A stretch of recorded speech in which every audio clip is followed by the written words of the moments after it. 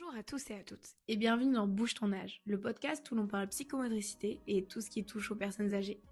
Aujourd'hui, dans ce deuxième épisode, on rembobine la cassette, on range le wifi de 2 minutes et on part explorer une autre époque, celle où grandir ne ressemblait pas du tout à aujourd'hui. On va parler différences intergénérationnelles, ce qui change, ce qui reste, ce qui surprend et ce qui fait sourire. On va voyager un peu dans le temps et se poser une question. Comment était la vie quand nos grands-parents avaient notre âge ? Ce que vous allez entendre, c'est un regard, une histoire, un vécu, celui de mon invité. Parce que d'une personne à une autre, d'une génération à une autre, les expériences changent. Et franchement, c'est ce qui rend le monde si chouette. Des avis divergent et des histoires qui se croisent. Et pour ce voyage intergénérationnel, j'ai la chance d'être avec quelqu'un de très spécial, ma mamie, Chantal. Et vous êtes avec Alexandra, qu'il faudra pardonner pour sa voix quelque peu cassée. Les fêtes de fin d'année ont clairement eu raison d'elle.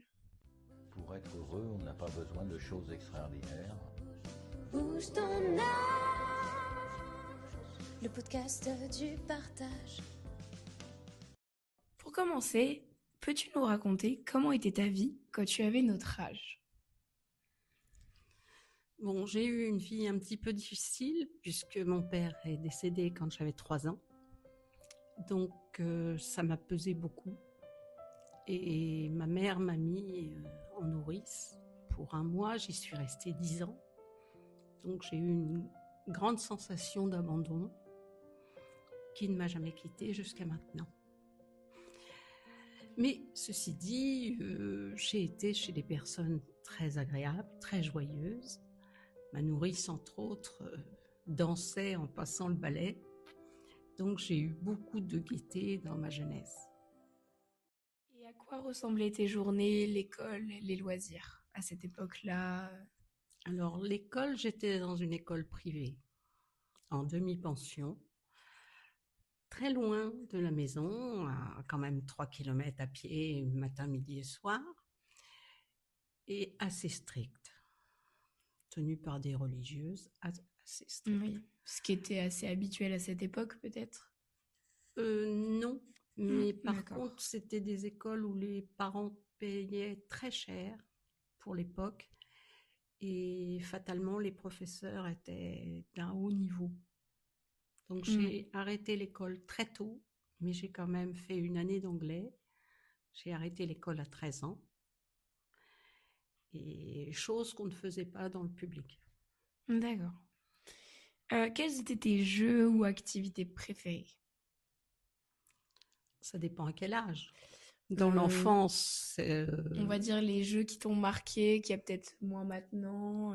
J'avais de très beaux jouets parce que ma mère compensait le manque de visite par des jouets que les autres n'avaient pas. J'avais les premiers bébés qui faisaient pipi, entre autres. Et ça, c'était vraiment exceptionnel. Des cuisines, des petites salles de bain. Et ça n'existait pas à mon époque. Et pour communiquer, t'as connu quel moment, quelle époque, quel moyen de communication en termes de technologie ? Aucun. Aucun. On se déplaçait pour se dire les choses, tout bêtement. J'avais 2 amis, et quand on avait quelque chose à se dire, la plupart des gens n'avaient pas le téléphone. Les gens chez qui j'étais ont eu la première télévision. Ils ont acheté vraiment dès que c'est sorti. Donc j'ai eu la chance de voir la télévision, mais ça n'était pas autorisé et il n'y avait que 3 chaînes. Oui, ça fait peu de choix.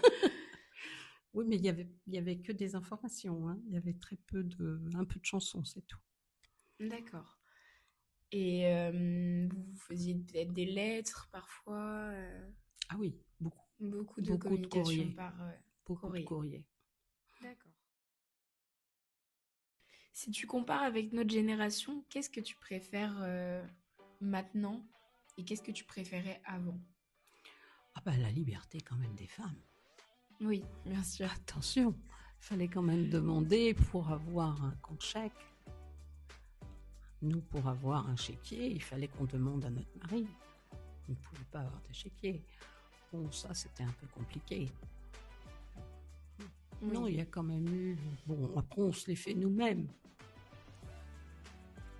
Oui, Par mais contre, en termes de liberté, c'est vrai que Par les contre, femmes... MeToo, nous, on faisait ça toute seule. Hein. Si un garçon nous sifflait, eh bien, on l'envoyait promener et c'est tout. On n'avait pas besoin d'un procès quand un garçon nous embêtait.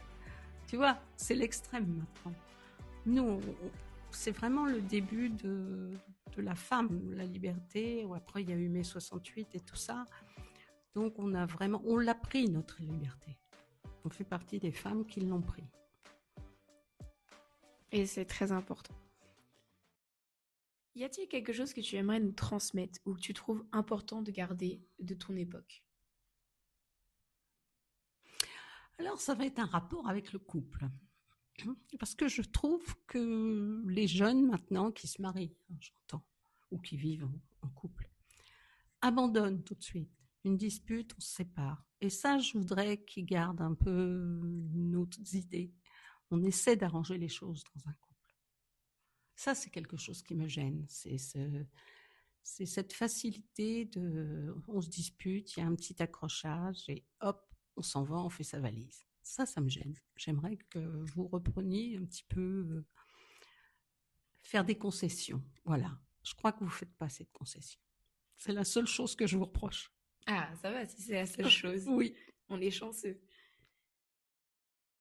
Qu'est-ce qui te surprend le plus dans notre façon de vivre ou nos habitudes? Non, le reste, tout me plaît. Sauf ça, sauf votre manque de concessions. C'est la seule chose qui vous manque. Tout le reste est très bien. Vous analysez, vous laissez la liberté à l'autre. Je trouve que c'est très... Non, il n'y a rien à dire. Je trouve ça très bien. Je vous trouve très bien. Donc notre manque de concessions dans tout ce qui est couple. Oui, mais même même dans la vie en général, au travail, partout. Vous manquez tout petit peu d'empathie. Tout petit peu. Quel est le meilleur conseil ou la meilleure leçon que tu aies reçue à notre âge, quand tu étais plus jeune? La persévérance. Oui. La persévérance. Oui. Raconter un peu qu'est-ce que tu as fait comme métier dans ta vie, si tu veux. J'ai commencé donc avec ma mère à 13 ans comme vendeuse à Versailles. Après, je me suis mariée très jeune. Je me suis mariée à 17 ans. Donc, Qui était assez commun à cette époque? On se mariait en principe très souvent, je pense, avant 20 ans. Quand on voit maintenant les jeunes qui se marient à 30 ans et commencent à faire des enfants à presque 35, ça nous interpelle.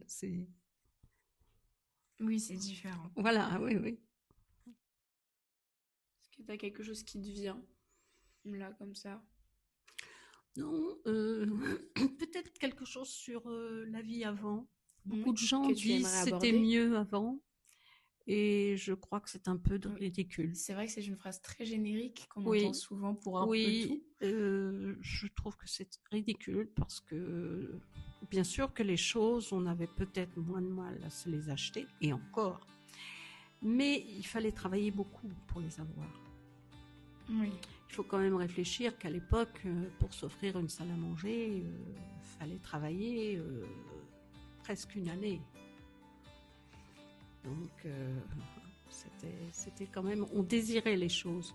Il fallait vraiment les désirer beaucoup et travailler en conséquence. Donc, c'était pas acquis. Maintenant, on regarde une vitrine, on voit par exemple l'exemple de la salle à manger, puisque je suis partie là-dessus. Tu vois une salle à manger dans une vitrine, 15 jours après, tu l'achètes. C'est un peu plus accessible. Même si c'est un crédit. D'abord, les crédits étaient beaucoup plus fermés. Il fallait montrer patte blanche. Et on désirait les choses. On désirait les choses, on ne les avait pas systématiquement. Plus compliqué à obtenir que maintenant. Oui. Oui, c'est vrai qu'en plus, on est plus dans une société de consommation. Maintenant, c'est quand même un peu plus simple d'accéder. Il me semble que chez mes petits-enfants, je décèle quand même moins de gaspillage, moins d'achats compulsifs. Oui, Il me ça, semble. c'est... Il me semble que ça dépend de vous chaque avez- personne. Ça, Oui, souvent. oui, mais sur les 7, je trouve que il n'y a pas de fou d'achat compulsif.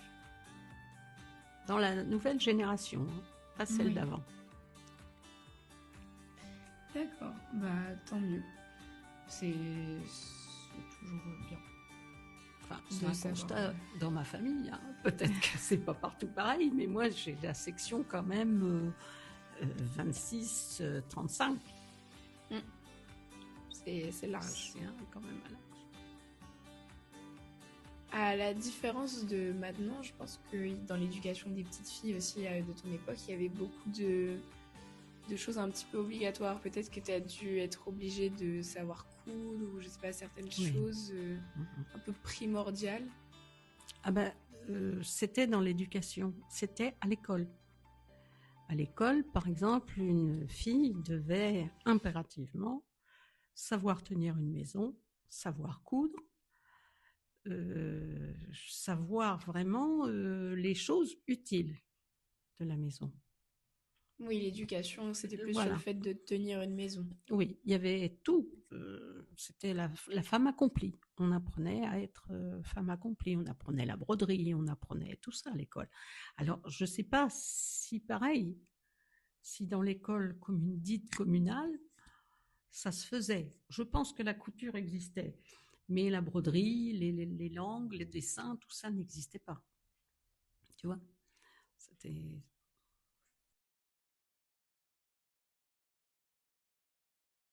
Bah, tu peux nous parler de l'accès à tes loisirs aussi. C'est des loisirs que, pour certains, tu as peut-être découvert tard, que tu n'as pas eu l'occasion de faire. Non, j'ai pas eu l'occasion parce que j'avais un mari quand même de l'ancienne époque qui avait une femme pour s'occuper de lui et qui n'aurait pas aimé que je fasse tous ses loisirs. C'était pas, et ce n'est pas parce que c'était un mauvais mari, c'est parce que c'était dans l'air du temps. C'est que presque toutes les femmes de ma génération n'ont pas eu des loisirs extraordinaires. Oui, c'était Pareil. centré sur la maison. La maison. Et puis, très peu de femmes de ma génération sortaient le soir avec des copines pour aller manger une petite pizza quelque part ou autre chose. Alors que ça nous paraît complètement normal et habituel à notre époque. Voilà. Oui. Ça, c'était mais même pas du pensable. Oui. C'était même pas de l'interdit, c'était aussi bien nous-mêmes Tu que ne nos pensais maris. même pas à Non. poser la question. Non. Donc on n'en a pas réellement souffert, mais maintenant quand on voit les jeunes femmes, on se dit que c'est vrai qu'on aurait... Oui, sur un coup de tête, aller boire un verre entre copines. Voilà. Ah ouais. C'est vrai. Non, nos maris avaient l'impression d'être abandonnés si on avait fait ça. Ça aurait été... C'était inhabituel parce que c'était pas dans les codes, Oui. dans les habitudes. C'est pour ça. Ceci dit, c'est peut-être ça qui fait que dans les nouveaux couples, il y a des petits faux pas parfois. C'est peut-être ça aussi. Le fait de sortir chacun de son côté, c'est peut-être pas très bon pour le couple. Ça, je ne sais pas. Ça, c'est une autre question. À prouver. À méditer. Oui. C'est vrai. Et donc, tous tes hobbies, là, maintenant, c'est devenu quelque chose qui te passionne, tu aimes remplir tes journées parce que du coup, tu es à la retraite, mais tu as une vie quand même assez chargée pour une retraitée, on peut se le dire. Oui, mais c'est une permission de vivre. Et puis, à 77 ans, on se dit qu'il faut vivre vite parce qu'il n'y a pas 50 ans à vivre derrière. Donc, moi, je pars du principe, en me levant le matin, mes enfants n'aiment pas beaucoup que je prononce cette phrase, mais je me dis, c'est peut-être la dernière, vis-la bien. Et ça, depuis que mon mari est décédé, je la dis tous les matins. Et c'est pas négatif du tout comme phrase. Non, pas du tout. Justement, c'est plutôt positif, ça veut dire qu'on qu'on va tout faire pour que sa journée, elle soit belle. Elle se réussisse. Et il faut Oui. être honnête que oui, à tout moment, ça peut être la dernière, mais même quand on a 20 ans, que quand on est plus âgé. Mais je sais que parfois, quand je prononce cette phrase devant mes amis, entre autres, j'ai une amie, quand elle m'entend dire ça, mais t'es dépressive. Non, pas du tout. Pas du tout. C'est le contraire. Oui, il faut prendre Je me motive pour réussir ma journée. C'est ça, il faut prendre différemment la phrase. Oui. Enfin, c'est Oui. pas... En tout cas, toi, Oui, tu oui. la dis pas Moi, dans ce sens-là. Voilà, je la dis pas dans ce sens-là. Voilà, ce voyage dans le temps touche à sa fin. À travers les souvenirs, les habitudes, les différences et les petites surprises du quotidien, on se rend compte à quel point deux générations peuvent vivre des réalités très différentes et pourtant se rejoindre sur l'essentiel. Merci d'avoir écouté ce deuxième épisode. On se retrouve très bientôt pour continuer l'aventure avec plus de partage et toujours une bonne dose d'énergie. D'ici là, prenez soin de vous et gardez l'esprit en mouvement. À très vite dans Bouge ton âge.